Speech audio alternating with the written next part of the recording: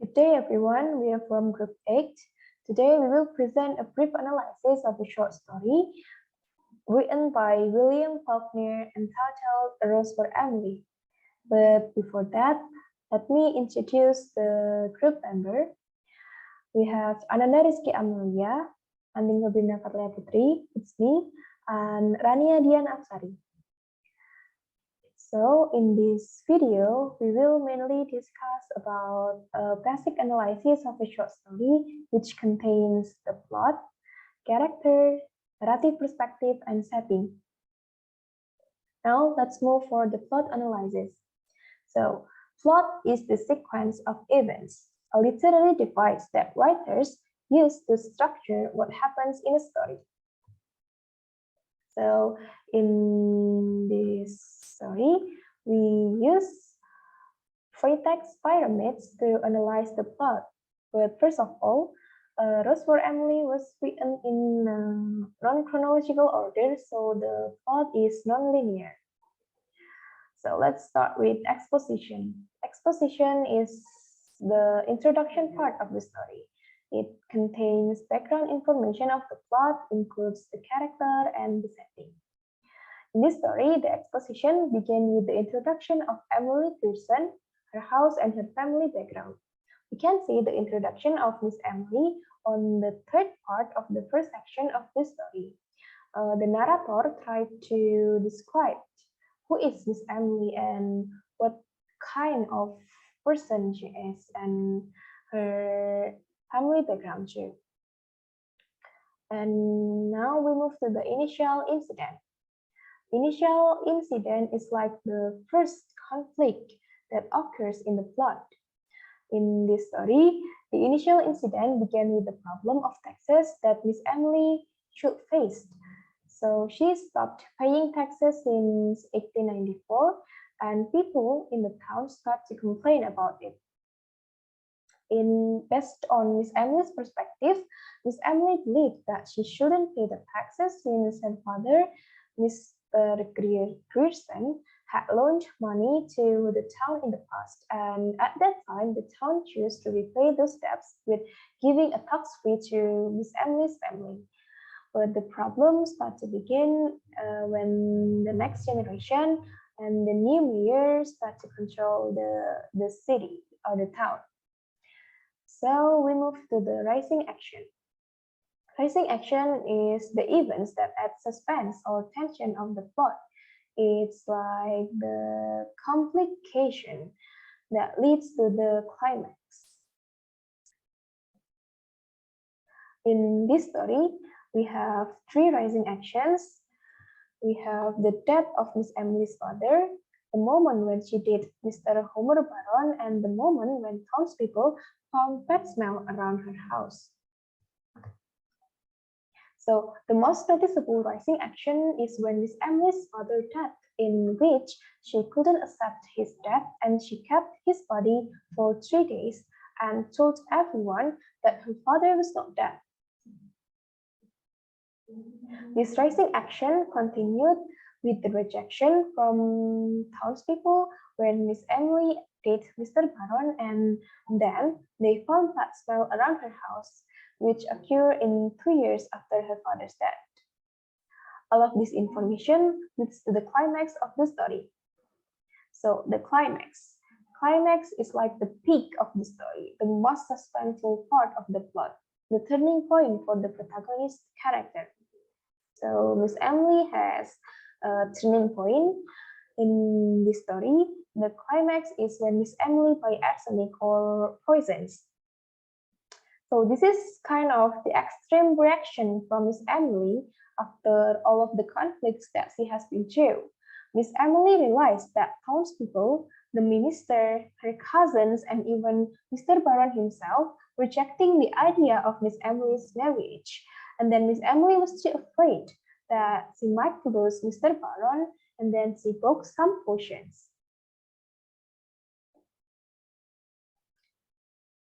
And then we have falling action. The falling action is the events that unravel the conflict and leads to the resolution.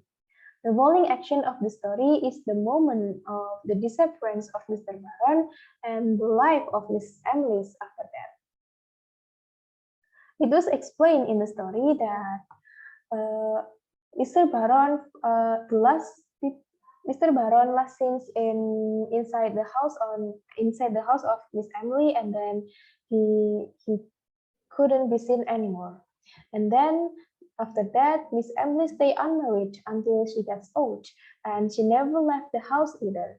The only thing that keeps people aware that Miss Emily is still alive is her servant. And now we move to the resolution part of the story. The resolution is like the moment when the conflict is resolved, and then we discover whether the protagonists achieve their goal or not. So from the story, the resolution is the moment when Miss Emily died. We believe the death of Miss Emily resolved all the conflict before.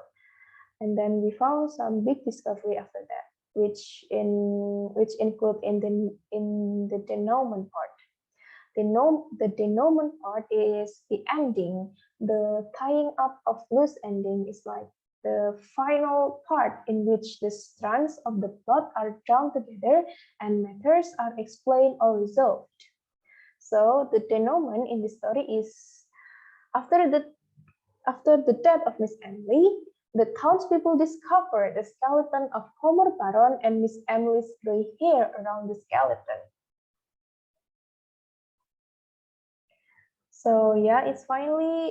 It revealed that Miss Emily actually killed Homer Baron with those potions. Now we have flow of the plots. It contains plausible, suspense, foreshadowing, and logical. So we think Rose for Emily contain all of these flow of the plot. The story is valid and possible. The story also has quite surprising ending, and we think it's climatic ending with the discovery of Homer Barons. And we also found some foreshadowing, like when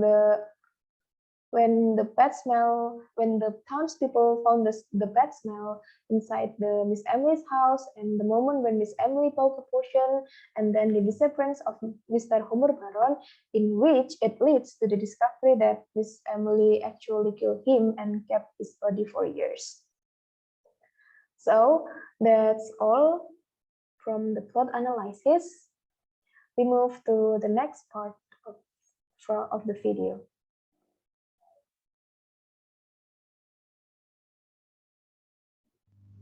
I'm Rania dan Apsari, and now I'm going to talk about the characters analysis. There are 6 characters here I'm going to talk about, and they are Emily Grierson, Mr. Grierson, Homer Baron, Judge Stevens, Tolbe, and Colonel Sartoris. Emily Grierson, she is the main character in the short stories. She is a secretive, introverted, and mysterious old woman. Her secretiveness and introvertness can be seen here. After her father's death, she went out very little. After her sweetheart went away, people hardly saw her at all. And her mysteriousness can be seen here. The woman, mostly out of curiosity to see the inside of her house, which no one save an old manservant, a combined gardener and cook, had seen in at least 10 years. Mr. Grierson, he is Miss Emily's father. He is very protective and always controls her daughter. It can be proven here. None of the young men were quite good enough for Miss Emily and such. We had long thought of them as a tableau. Miss Emily a slender figure in white in the background, her father a spraddled silhouette in the foreground, his back to her and clutching a horsewhip, the two of them framed by the back-flung front door. And he is also has high pride, which here seems as he thinks that no man deserves Emily. In this line, none of the young men were good enough for Miss Emily and such. And then we have Homer Baron. He is a foreman from the north. He has a good sense of humor and charismatic. It can be proven here. A foreman named Homer Baron, a Yankee, a big, dark, ruddy man with a big voice and eyes lighter than his face. Whenever you heard a lot of laughing anywhere about the square, Homer Baron would be in the center of the group.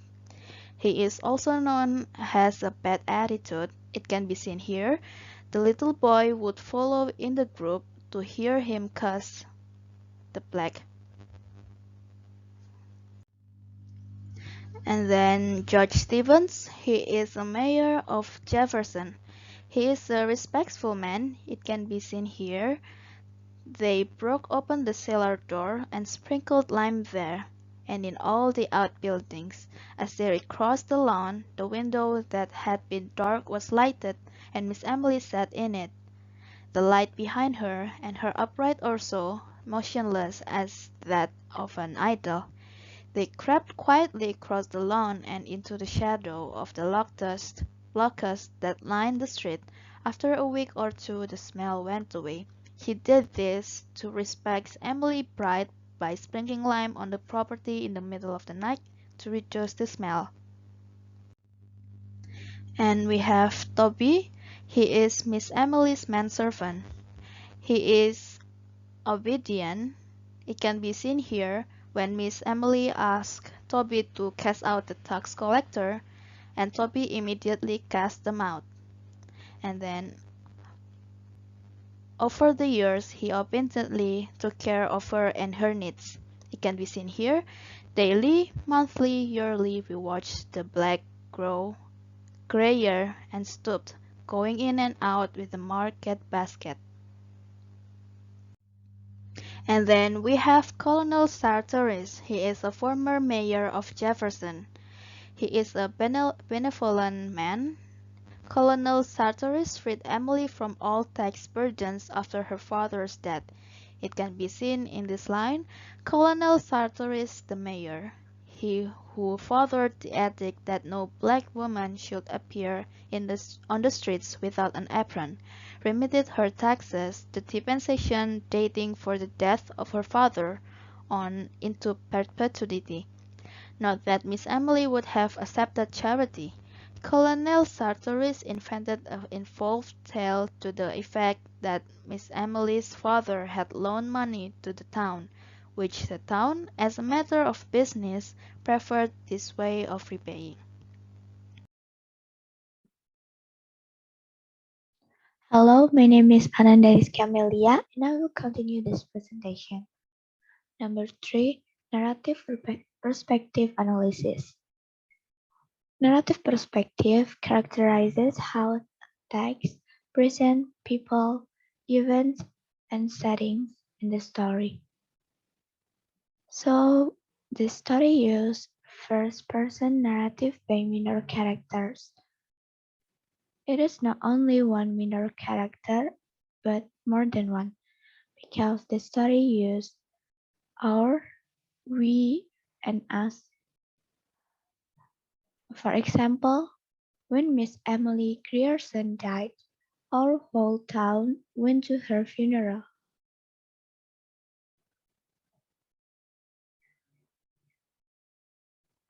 And number 4 is setting analysis. Setting refers to the location, historical period, and social environment in which the action of the story takes place. So, the first is setting place. This story takes place in two different places, and first place is town of Jefferson, or a fictional town, and then in Miss Emily's house. For example, see Colonel Satoris, I have no taxes in Jefferson. And number 2 is setting time. So the story have two different setting time. Number one is approximately in the 19th to 20th century and after the Battle of Jefferson.